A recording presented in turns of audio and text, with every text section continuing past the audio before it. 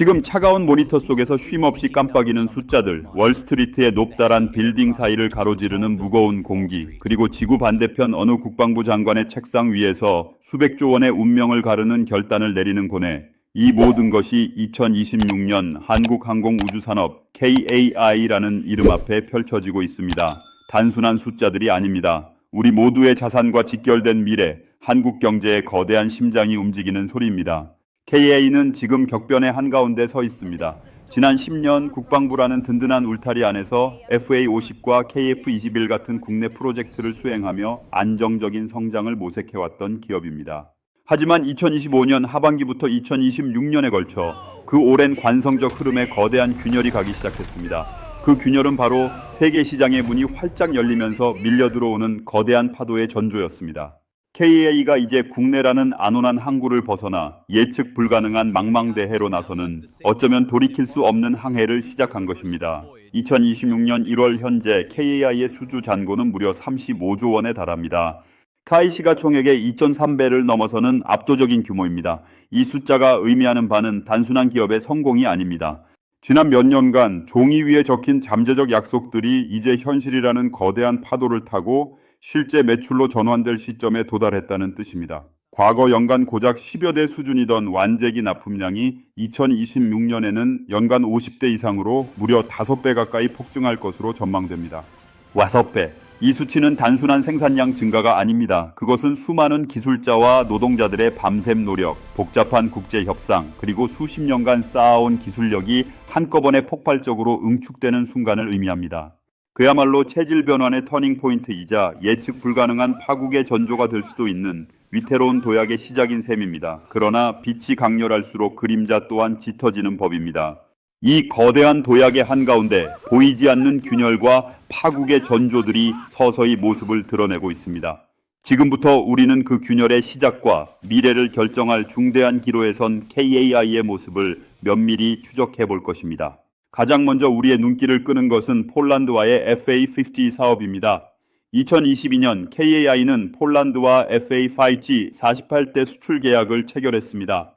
약 7조 7천억 원에 달하는 당시로서는 K방산 역사상 전례 없는 규모의 계약이었죠. 나토 가맹국으로의 첫 국산 완제기 수출. 그것은 단순한 비즈니스를 넘어 한국 방위산업의 기술력과 신뢰도를 세계에 각인시키는 충격적인 사건이었습니다. 폴란드에 처음으로 국산 제트 전투기가 착륙하던 그 순간 수많은 이들이 환호했고 한국 방산의 미래는 장밋빛으로 가득한 듯 보였습니다. 하지만 그 환호가 차에 가시기도 전에 보이지 않는 균열이 드러나기 시작했습니다. 당초 2025년부터 2028년까지 순차적으로 인도될 예정이던 FHA-50PL 36대의 첫 인도가 약 2년 지연되어 2027년 중반에야 시작될 것으로 알려진 것입니다. 이 짧은 문장 속에는 거대한 국제계약이 얼마나 복잡하고 미묘한 이해관계 속에 놓여 있는지를 보여주는 섬뜩한 진실이 숨어 있습니다. 그 지연의 이유는 복합적이었습니다. 첫째는 기술적 사유. FA50PL은 단순히 FA90을 수출한 것이 아니었습니다. 폴란드 공군의 특수한 요구사항, 특히 나토의 표준화된 무장체계와 미국 무기체계와의 호환성을 확보해야 하는 전례 없는 난제에 부딪혔던 것입니다. 마치 숙련된 외과의사가 환자의 몸속 복잡한 혈관망에 새로운 장기를 이식하는 것처럼 기존 시스템의 새로운 기술을 완벽하게 통합하는 지난한 과정이 필요했습니다. 엔지니어들의 밤샘 고민과 수많은 시뮬레이션 속에서 하나의 작은 부품이 전체 시스템의 운명을 좌우하는 아슬아슬한 줄타기가 계속되었습니다. 둘째는 KAI의 생산 역량 문제입니다. 전례 없는 수출 물량들이 동시다발적으로 밀려들면서 한정된 생산 라인을 어떻게 효율적으로 분배하고 조율할 것인가 하는 현실적인 벽에 부딪혔던 것입니다. 공장 안에서는 불철주야 엔진 소리가 멈추지 않았지만 숙련된 인력의 확보와 부품 조달의 병목 현상은 어쩔 수 없는 현실이었습니다. 셋째는 외교적 정치적 사유였습니다.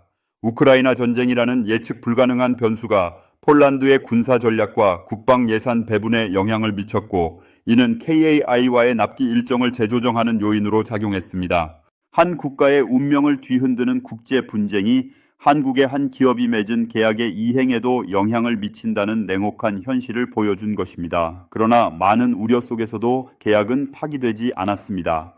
폴란드 국방부는 예정대로 계약을 진행하고 있으며 한국과의 협력에 차질이 없다는 입장을 수차례 천명했습니다. 지연은 있었지만 양국 간의 깊은 신뢰 관계와 K방산의 기술력에 대한 확신은 흔들리지 않았다는 뜻입니다.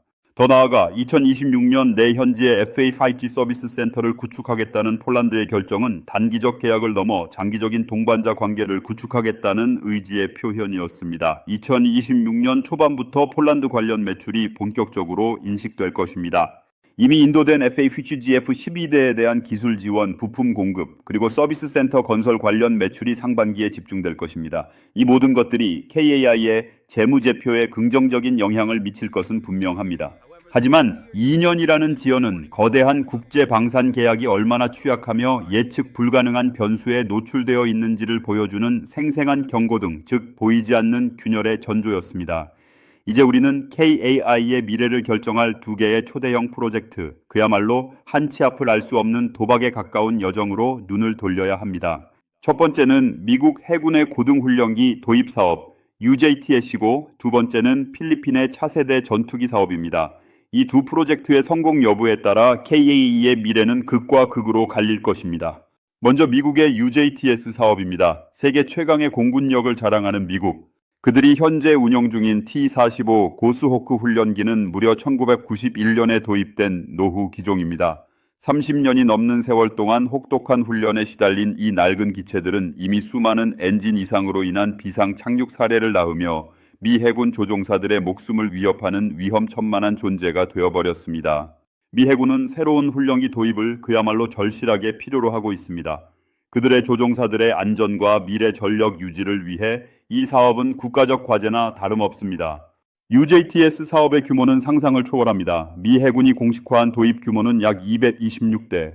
단순한 기체 가격만으로 약 6조 원 규모이지만 훈련 체계, 시뮬레이터, 정비 지원, 부품 공급 등을 모두 포함한 전체 사업 규모는 약 10조 원대에 달할 것으로 전망됩니다. 한국의 국방부 예산과 맞먹는 이 거대한 돈의 흐름 속에 KAI가 뛰어든 것입니다. KAI는 글로벌 방산기업 로키드 마틴과 손을 잡고 TF-50I라는 이름으로 이 사업에 도전장을 내밀었습니다. 이미 우리 공군과 인도네시아, 이라크, 필리핀에서 안정성이 입증된 T-50 골든이글을 미 해군의 요구사항에 맞춰 개량한 버전입니다. 여기까지는 완벽해 보입니다. 기술력과 파트너십 모두 최적의 조합인 것처럼 말이죠. 그러나 바로 이곳에 가장 치명적인 보이지 않는 균열이 존재합니다. 그것은 바로 미국의 자국산 우선구매법 BAA입니다. 이 법은 연방 조달에 참여하는 제품의 구성 요소 중 65% 이상이 미국산이어야 한다고 강제합니다. 만약 이 기준을 충족하지 못하면 제한 가격에 무려 50%의 페널티가 가산됩니다. 이는 가격 경쟁력에서 사실상 치명적인 사형 선고나 다름없습니다. 이 난제를 해결하기 위해서는 한미 간 상호 방위 조달 협정 RDPA의 체결이 필수적입니다. 이 협정이 체결되어야만 자국산 우선 구매법의 예외를 인정받을 수 있고 무관세 혜택과 미 국방부 R&D 사업 참여 자격까지 확보할 수 있습니다. 문제는 경쟁사인 보잉 사브와 레오나르도 텍스트로는 이미 이 RDPA를 통해 BAA 기준을 충족한 상태라는 것입니다. KAI와 로키드 마틴은 기술력으로 앞서가고 있지만 이 보이지 않는 제도적 장벽 앞에서 발목이 잡힐 위기에 처해 있습니다. KAI의 UJTS 수주 성공은 단순히 KAI의 기술력에만 달려있지 않습니다. 그것은 한미 정부 간의 외교적 합의, 즉 미국의 정치적 결단에 달려있는 그야말로 고도의 정치적 도박입니다. 2026년 2월 최종 입찰 제안 요청서가 발표되고 2027년 2분기에 계약이 체결될 예정이라는 시간표는 이 긴박한 외교적 줄다리기가 바로 지금 보이지 않는 곳에서 치열하게 전개되고 있음을 보여줍니다. 이 거대한 관문을 통과하지 못한다면 KAI의 미국 시장 진출이라는 꿈은 시작도 하기 전에 좌절될 것입니다. 이는 성공의 기대감만큼이나 파국의 전조가 짙게 드리워진 아슬아슬한 도박입니다. 다음으로 필리핀의 차세대 전투기 사업입니다. 필리핀 공군은 현재 12대의 차세대 전투기 도입을 계획 중입니다. 이 사업은 필리핀에게는 국가 안보를 위한 최대 규모의 방산 도입 사업이며 한국 입장에서는 야심차게 개발한 KF-21, 보라매의 첫 번째 해외 수출이 될 가능성이 높은 매우 상징적인 프로젝트입니다. 필리핀이 검토 중인 후보 기종은 두 가지입니다. 하나는 스웨덴의 그리펜 EF, 그리고 다른 하나가 바로 한국의 KF-21입니다. 이 두 기종 간의 경쟁은 단순한 기술 대결을 넘어 동남아시아라는 지정학적 요충지에서 펼쳐지는 스텔스 기술과 가격 경쟁력의 대결입니다. 최근 다수의 증권사 보고서와 방산 전문가 평가는 KF21이 우위를 점하고 있다고 말합니다. KF21의 강점은 분명합니다. 첫째, 5세대 스텔스 기술을 탑재하고 있으며 개발 단계부터 내부 무장창 추가와 센서 패키지 업그레이드를 통해 사실상 6세대 수준으로 진화할 수 있도록 설계되었습니다. 미래 확장성이 무궁무진하다는 것이죠. 반면 그리펜은 이미 개발이 완료된 4.5세대 기종으로 성능 확장에 제한이 있습니다. 둘째, 필리핀의 제한된 국방 예산을 고려할 때 가격 경쟁력은 매우 중요합니다. KF-21은 그리펜과 유사하거나 그 이상의 성능을 제공하면서도 훨씬 더 합리적인 가격으로 필리핀의 재정 부담을 덜어줄 수 있습니다. 셋째, 필리핀은 이미 KAI의 FA-50을 도입하여 운영 중입니다. 필리핀 조종사들은 한국식 조종석 인터페이스에 익숙하고 정비 인력 또한 KAI 시스템에 대한 이해도가 높습니다. KF-21을 도입한다면 조종사 훈련 기간을 단축하고 정비 부품 공급 체계를 KAI를 통해 일원화할 수 있어 효율적입니다. 이는 비즈니스를 넘어선 오랜 신뢰와 파트너십의 결과입니다. 넷째, 필리핀 현 정부는 한국과의 군사관계 강화를 추진하고 있습니다. 2024년 한필 양국은 상호방위 협력 강화를 위한 양해각서를 체결하며 방위사업 협력을 확대하기로 했습니다. 외교적 배경은 KF-21의 채택을 긍정적으로 이끌어낼 중요한 요소입니다. 만약 필리핀이 셜비대에 KF-21을 도입한다면 이는 약 2조 원 규모의 수주가 될 것입니다. 단순한 기체 가격뿐 아니라 조종사 훈련, 정비 시스템 구축, 미사일 및 무장체계 통합 등을 포함한 포괄적 패키지 계약이 될 것입니다. 더 중요한 점은 필리핀의 성공이 동남아 지역의 다른 국가들, 즉 말레이시아, 태국, 인도네시아 등의 KF-21 도입을 연쇄적으로 촉발하는 도미노 효과의 시발점이 될 수 있다는 것입니다. 하지만 이 모든 잠재적 성공 뒤에는 여전히 불확실성의 그림자가 드리워져 있습니다. 스웨덴 그리펜의 막판 뒤집기, 필리핀 내부의 정치적 변수 등 계약이 체결되기 전까지 그 어떤 장밋빛 전망도 확신할 수 없습니다. 이것은 미래를 향한 거대한 희망이자 동시에 파국의 전조이기도 합니다. 이제 우리는 분석의 초점을 중동 지역으로 옮기겠습니다. 중동은 오랫동안 한국 방산의 텃밭이었습니다. 삼성물산의 건설, 현대로템의 철도, 한화의 방위사업 등 굵직한 프로젝트들이 중동 시장에서 성공을 거두었습니다. 그러나 항공우주 분야에서의 수출은 제한적이었습니다. 그들은 주로 미국의 F-16이나 유럽의 그리펜 같은 기성 전투기에 의존해왔기 때문입니다. 하지만 2024년부터 상황이 급변하기 시작했습니다. 중동 국가들, 특히 사우디아라비아와 아랍에미리트, UAE가 포스트 오일 시대를 대비한다는 전략적 목표를 제시한 것입니다. 석유 자원의 고갈에 대비하여 산업 다각화를 추진하고 방위 산업의 국산화를 강조하기 시작했습니다. 그들의 거대한 오일 달러를 이용해 단순히 무기를 구매하는 것을 넘어 자국의 산업을 육성하고 기술 자립을 이루겠다는 야심찬 비전입니다. 이러한 배경 속에서 KF-21이 주목을 받기 시작했습니다. KAE와 UAE는 2024년 11월 약 150억 달러, 즉 20조 원에 달하는 거대한 규모의 방산 MOU를 체결했습니다. 이 MOU의 구체적인 내용은 공식화되지 않았지만 업계 분석가들은 KF-21 도입이 이 MOU의 핵심 내용이라고 추측하고 있습니다. 20조 원은 단순한 전투기 수출을 넘어 생산 협력, 기술 이전, 공동 개발 등을 포함한 포괄적 협력 계약일 가능성이 높습니다. 중동은 무기를 구매하는 동시에 기술과 산업을 통째로 이전받기를 원하고 있습니다. 이것은 KAI에게 전례 없는 기회인 동시에 기술 유출이라는 위험을 감수해야 하는 복잡한 딜레마를 안겨줍니다. 사우디아라비아의 경우도 마찬가지입니다. 사우디는 2024년 말 한국과의 방위 협력 강화를 언급하며 KF-21에 대한 관심을 표시했습니다. 그들의 전략은 명확합니다. 석유 기반 경제에서 벗어나 기술 집약적 산업으로의 전환을 추진하고 있으며 항공 우주 분야의 자금률을 높이고자 하는 것입니다. KF-21을 도입하고 현지 생산과 정비를 추진함으로써 국내 항공우주 산업을 육성하고자 하는 이들의 강력한 의지는 KAI에게는 거부할 수 없는 유혹입니다. 중동 시장의 특징은 바로 계약 규모의 대대성입니다. 중동 국가들은 한 번에 수십 대에서 100대 이상의 전투기를 도입합니다. 이는 선진국들이 5년에서 10년에 걸쳐 점진적으로 전투기를 도입하는 방식과는 확연히 다릅니다. 이들은 국방력을 신속히 확충해야 한다는 전략적 필요에 따라 대량 도입을 선호합니다. 만약 사우디와 UAE가 각각 50대씩 KF-21을 도입한다면 이는 약 10조 원대의 거대한 수주가 될 것입니다. 그리고 이 계약은 향후 10년 이상 KA의 생산과 매출을 결정하는 기업의 명운을 좌우할 역대급 사건이 될 것입니다.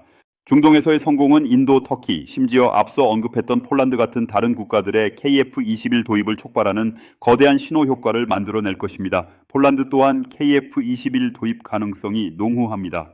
이미 FA50을 도입한 폴란드는 우크라이나 전쟁이라는 냉엄한 현실 속에서 국방력 강화 수요가 그 어느 때보다 높습니다. 폴란드 공군 사령관은 2024년 6월 KAI를 방문하여 KF-21 시제기에 탑승하는 등 적극적인 관심을 표시했습니다.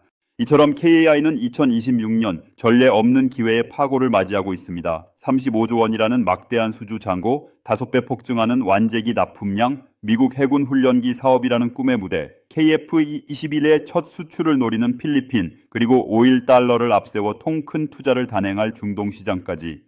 하지만 이 모든 거대한 기회의 이면에는 보이지 않는 균열과 파국의 전조들이 끊임없이 KAI를 시험하고 있습니다. 폴란드 계약의 2년 지연은 국제 방산 계약의 취약성을, 미국 UJTS 사업에서의 자국산 우선 구매법은 기술력만으로는 넘을 수 없는 정치적 장벽을, 그리고 중동 시장의 대규모 계약은 기술 이전과 생산 협력이라는 복잡한 딜레마를 시사합니다. KAA는 지금 단순히 비행기를 만들고 파는 회사가 아닙니다. 한국 방위산업의 명군, 나아가 한국의 기술력과 외교적 역량이 세계 무대에서 어디까지 통할 수 있는지를 시험하는 거대한 시험대에 서 있습니다. 2026년 이 모든 도전과 기회 속에서 KAI는 과연 이 거대한 소용돌이를 헤쳐나가 진정한 글로벌 방산 기업으로 우뚝 설 수 있을까요? 아니면 보이지 않는 균열 속에서 파국의 전조가 현실이 되고 말까요? 그 답은 아직 미지수입니다. 우리는 이 모든 과정을 숨죽이며 지켜봐야 할 것입니다. 그 답은 아직 미지수입니다. 우리는 이 모든 과정을 숨죽이며 지켜봐야 할 것입니다. 지금 이 순간 KA의 경남 사천 공장에서는 굉음이 끊이지 않습니다. 수십 대의 FA50 조립 라인은 24시간 불이 꺼지지 않고 돌아가고 있습니다. 용접 불꽃은 밤낮 없이 섬광을 터뜨리고 수천 명의 기술자와 숙련공들은 거대한 금속 덩어리에 생명을 불어넣기 위해 모든 것을 쏟아붓고 있습니다. 과거 연간 10여 대를 만들던 생산 라인이 이제는 50대 이상의 완제기를 쏟아내야 하는 그야말로 미증류의 도전에 직면한 것입니다. 이 5배의 증가는 단순한 수치적 확장이 아닙니다. 그것은 공장 전체를 휘감는 극도의 긴장감, 생산관리 시스템의 한계 시험, 그리고 인간 능력의 최전선을 넘나드는 고통스러운 변환 과정 그 자체입니다. 가장 먼저 KAI의 숨통을 조여오는 것은 바로 생산 역량의 문제입니다. FA50 한 대를 조립하는 데는 수십만 개의 부품이 필요합니다. 엔진, 항공 전자장비, 랜딩 기어, 동체 구조물, 그리고 셀 수 없이 많은 작은 볼트와 너트 하나까지 이 모든 것이 완벽하게 제때 조달되어야 합니다. 문제는 이 부품들이 한국 내에서만 생산되는 것이 아니라는 점입니다. 전 세계 각지에서 수입되는 수많은 핵심 부품들은 글로벌 공급망이라는 거미줄처럼 복잡하고 취약한 시스템에 의존하고 있습니다. 코로나 팬데믹 이후 회복되지 않은 해상 물류의 병목 현상, 원자재 가격의 불안정한 등락, 특정 부품 생산국의 정치적 불안정성까지.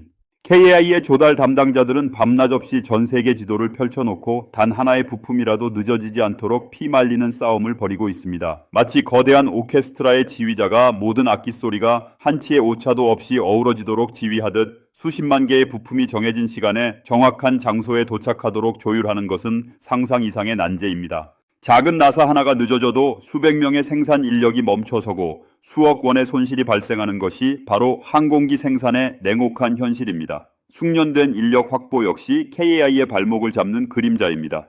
항공기 생산은 단순 반복 작업이 아닙니다. 고도의 전문성과 숙련된 기술이 요구되는 정밀 작업입니다. 전투기를 조립하고 복잡한 항공 전자 장비를 설치하며 수십만 개의 배선을 연결하는 일은 수년간의 경험과 노하우를 요구합니다. 하지만 급격한 생산량 증가는 곧 숙련된 인력의 부족으로 이어졌습니다. 신규 인력을 충원해도 이들을 숙련된 기술자로 양성하는 데는 상당한 시간이 걸립니다. KAI는 현직 기술자들에게 혹독한 야근과 주말 근무를 독려하고 있지만 이는 직원들의 피로도를 극대화하고 장기적으로는 이직률 증가라는 또 다른 위협으로 다가올 수 있습니다. 과연 KAI는 이 거대한 생산의 파도를 감당할 만한 인적 자원과 시스템을 제때 구축할 수 있을까요? 공장 안을 가득 메운 금속의 냄새와 기계음 속에는 이 모든 질문에 대한 불안한 침묵이 흐르고 있습니다. 동시에 중동 시장에서의 기술 이전 요구는 KAI에게 또 다른 차원의 딜레마를 안겨주고 있습니다. UAE와 사우디아라비아는 단순히 KF-22를 구매하려는 것이 아닙니다. 그들은 포스트 오일 시대의 비전 속에서 자국의 방위 산업을 육성하고 기술 자립을 이루겠다는 야심을 가지고 있습니다. 이를 위해 생산 설비 이전, 공동 개발, 현지 생산 및 정비 라이선스 제공 등 파격적인 기술 이전 조건을 요구하고 있습니다. 20조 원 혹은 그 이상의 거대한 계약 규모는 KAI와 한국 방위산업에 전례 없는 성장 동력을 제공할 수 있지만 이는 동시에 한국이 수십 년간 쌓아온 핵심 기술과 노하우가 해외로 유출될 위험을 감수해야 함을 의미합니다. 정부와 KAI는 이 외줄타기에서 고뇌하고 있습니다. 어디까지 기술을 공유하고 어디부터는 국익을 위해 절대 양보할 수 없는 선으로 지켜야 하는가? 이러한 고민은 단순한 기업의 문제가 아니라 국가 안보와 미래산업 경쟁력이라는 거대한 담론 속에서 신중하게 결정되어야 합니다. 이 협상 테이블에는 전투기의 성능 비교만이 존재하는 것이 아닙니다. 수십 년 후 한국의 기술 패권을 결정할 무거운 침묵과 계산이 오가고 있습니다. 중동의 사막 위에 건설될 KF-21 생산 라인에는 오일 달러의 냄새와 함께 기술 유출의 불안한 그림자가 동시에 드리워져 있는 것입니다. 이 모든 격변의 한가운데 KAI의 미래를 결정할 가장 결정적인 한 수는 바로 미국 UJTS 사업을 위한 한미 상호방위 조달 협정 RDPA의 체결 여부입니다.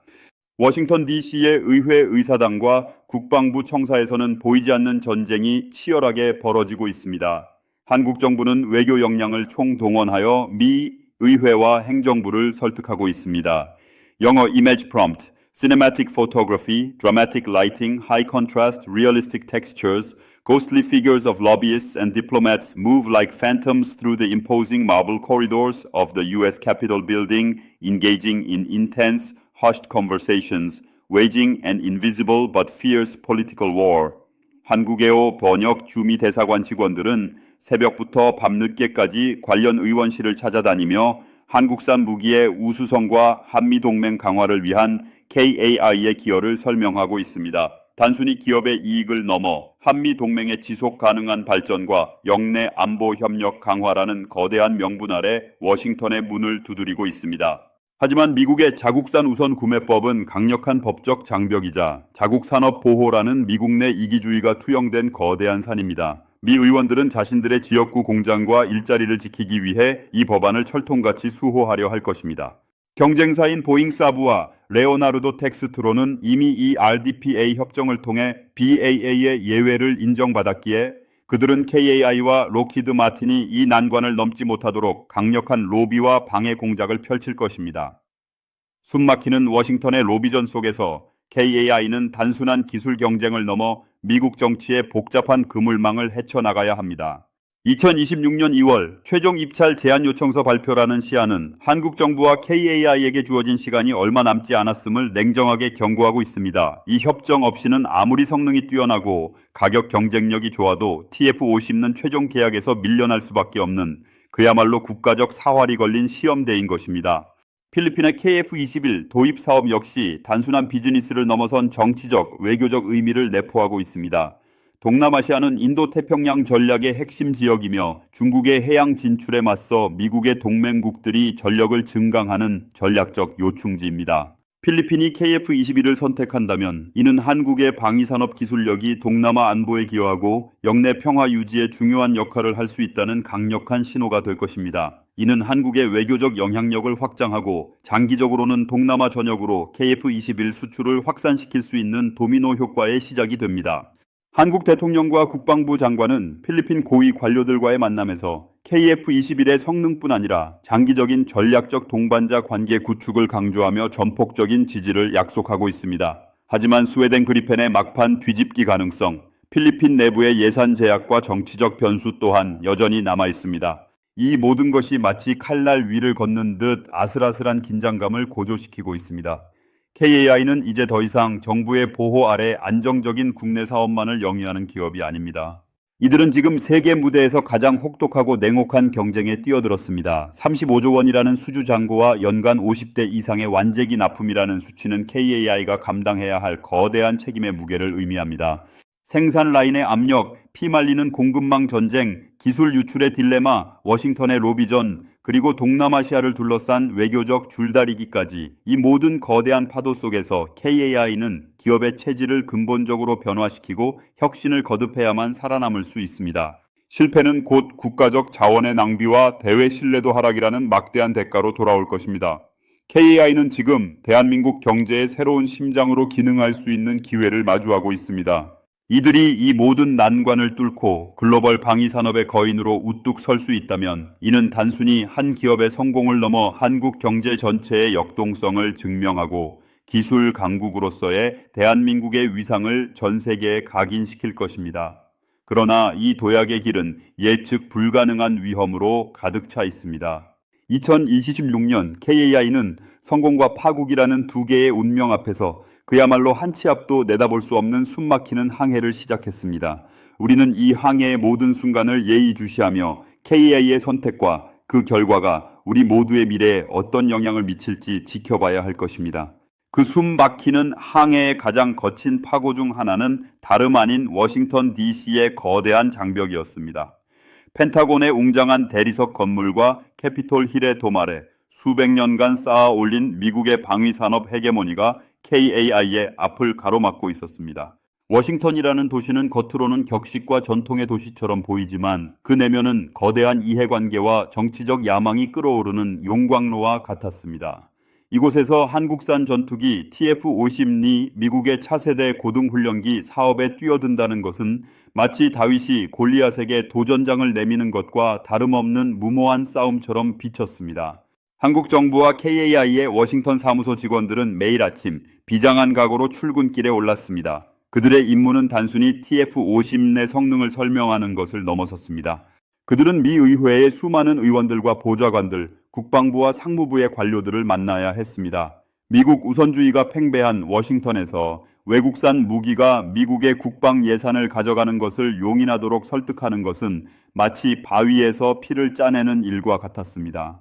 새벽 5시에 일어나 자료를 검토하고 밤늦게까지 이어지는 만찬 자리에서 끈질기게 한국의 입장을 설명했습니다. 한국산 무기 도입은 한미동맹 강화에 필수적입니다. 미국 내 일자리 창출에 기여할 것입니다. 전체 예산을 절감하고 안보 공백을 메울 것입니다. 이들의 목소리는 때로는 무관심 속에 묻혔고 때로는 노골적인 견제와 의심의 눈초리를 받아야 했습니다. 특히 가장 거대한 장애물은 바로 미국의 자국산 우선 구매법, 즉 바이 아메리칸 액트였습니다. 이 법은 단순히 조항 몇 개로 이루어진 서류가 아니었습니다. 그것은 미국 전역에 걸쳐 뿌리내린 수십만 개의 방위산업 일자리, 그리고 이 일자리의 생계를 의존하는 유권자들의 표심이 얽혀있는 거대한 정치적 산물이었습니다. 미 의원들은 자신의 지역구에 있는 방위산업 공장들이 문을 닫고 일자리가 사라지는 것을 절대 좌시하지 않을 것입니다. 그들에게 KAI의 TF-50는 단순히 외국의 경쟁자가 아니라 자신들의 정치적 기반을 위협하는 존재로 비쳤습니다. 이 싸움은 한국 홀로 감당할 수 있는 성격의 것이 아니었습니다. 로키드 마틴이라는 거대한 파트너와의 협력이 절대적으로 중요했습니다. KAI는 로키드 마틴과 손을 잡음으로써 미국 기업과의 협력 모델을 제시하고 미국 내 생산 시설을 활용해 일자리 창출 효과를 강조하려 했습니다. 그러나 로키드 마틴 내부에서도 복잡한 역학 관계가 존재했습니다. 그들은 한국과의 협력을 통해 새로운 시장을 개척하려 했지만 동시에 자국 산업 보호를 주장하는 목소리 그리고 기존의 강력한 유대 관계를 지켜내려는 압력 또한 받고 있었습니다. 로키드 마틴의 고위 관계자들은 때로는 전략적 우군이 되었지만 때로는 미묘한 이해관계 속에서 한국 팀에게 예측 불가능한 변수로 작용하기도 했습니다. 경쟁자들 또한 치열한 로비전을 펼쳤습니다. 이미 RDPA 협정을 통해 미국 방위 조달 시장의 특례를 인정받은 보잉 사브 진영의 T7 레드호크와 레오나르도 텍스트론 진영은 TF-50 내 워싱턴 진입을 온몸으로 막으려 했습니다. 그들은 미 의원들에게 한국산 전투기 도입이 가져올 위험성을 강조했고 자국 산업 보호 논리를 더욱 날카롭게 다듬어 공격했습니다. 보잉과 텍스트론은 이미 수십 년간 워싱턴 정계에서 막강한 영향력을 행사해온 거대 기업들이었습니다. 그들의 로비스트들은 미 의사당의 모든 복도를 환히 꿰뚫고 있었고 필요한 곳에 적절한 메시지를 전달하는 데 도가 텄던 전문가들이었습니다. KAI와 한국팀은 거인들의 싸움에 끼어든 작은 존재처럼 느껴질 때가 많았습니다. 시간은 2026년 2월 최종 입찰 제안 요청서 발표라는 냉혹한 시한을 향해 무섭게 흘러가고 있었습니다. 협상 테이블 위에는 전투기의 성능과 가격만이 놓여 있는 것이 아니었습니다. 한국의 국가 신뢰도, 미래 방위 산업의 성장 동력, 그리고 한미 동맹의 지속 가능한 발전이라는 무거운 가치들이 함께 저울질되고 있었습니다. 워싱턴의 추운 겨울밤, 백악관 주변의 가로등 불빛 아래에서 주미 대사관의 차량이 또다시 심야 만찬을 향해 미끄러져 들어갔습니다. 그들의 얼굴에는 피로와 함께 결의에 찬 그림자가 드리워져 있었습니다. 그들은 알고 있었습니다. 이 워싱턴에서의 싸움이야말로 KAI와 대한민국이 글로벌 방위산업 강국으로 도약할 수 있느냐 없느냐를 결정짓는 단 한 번의 기회이자 생사가 걸린 시험대라는 것을 말입니다. 그들은 미국의 정치적 경랑 속에서 오직 신라 같은 희망만을 붙잡고 뚫고 나아가기 위해 모든 것을 걸고 있었습니다. 광풍이 휩쓸고 간 자리에는 적막만이 남았습니다. 한때 거래의 함성으로 가득했던 플로어는 먼지 앉은 모니터와 멈춰버린 전광판만이 덩그러니 놓여 빈 공간을 채웁니다. 수많은 이들의 희비가 교차하던 전광판의 붉은 숫자가 마침내 멈추었을 때 우리는 깨달았습니다. 그것은 단순한 수치의 하락이 아니라 우리를 지탱하던 믿음의 기둥 하나가 무너져 내렸다는 것을 말입니다. 터져버린 거대한 거품은 한때 하늘을 찌를 듯 솟구치던 기업들의 명패를 바닥으로 내동댕이 쳤고 그 파열음은 우리 금융 시스템의 깊숙한 곳에 지울 수 없는 상흔을 남겼습니다. 그때의 혼돈 속에서 우리는 자본의 냉혹한 논리를 마주했습니다. 이윤을 향한 맹목적인 추격이 어떻게 인간의 합리적 판단을 마비시키고 거대한 시스템을 벼랑 끝으로 내몰 수 있는지 우리는 목격했습니다. 알고리즘의 차가운 계산과 통제되지 않는 탐욕이 빚어낸 비극은 수많은 개인의 꿈을 좌초시켰고 평생을 바쳐 일군 터전을 하룻밤 사이에 허망하게 사라지게 했습니다. 그 차가운 현실 앞에서 인간의 나약함과 시스템의 취약성은 고스란히 드러났습니다. 하지만 그 사건은 단순히 과거의 기록으로만 남아있지 않습니다. 당시의 상흔은 마치 유전자처럼 변형되어 오늘날 우리의 자산과 미래를 형성하는 경제 시스템 곳곳에 깊이 새겨졌습니다. 규제의 강화와 금융상품의 복잡성 증가, 그리고 위험 회피 심리의 확산은 모두 그 시절의 그림자가 드리운 결과입니다. 우리는 그때의 트라우마 위에서 새로운 번영을 이야기하지만 근본적인 질문들은 여전히 해결되지 않은 채 공기 중에 떠다니고 있습니다. 과연 우리는 그 깊은 골짜기에서 벗어나 더 견고하고 윤리적인 시스템을 구축하려는 노력을 멈추지 않았을까요?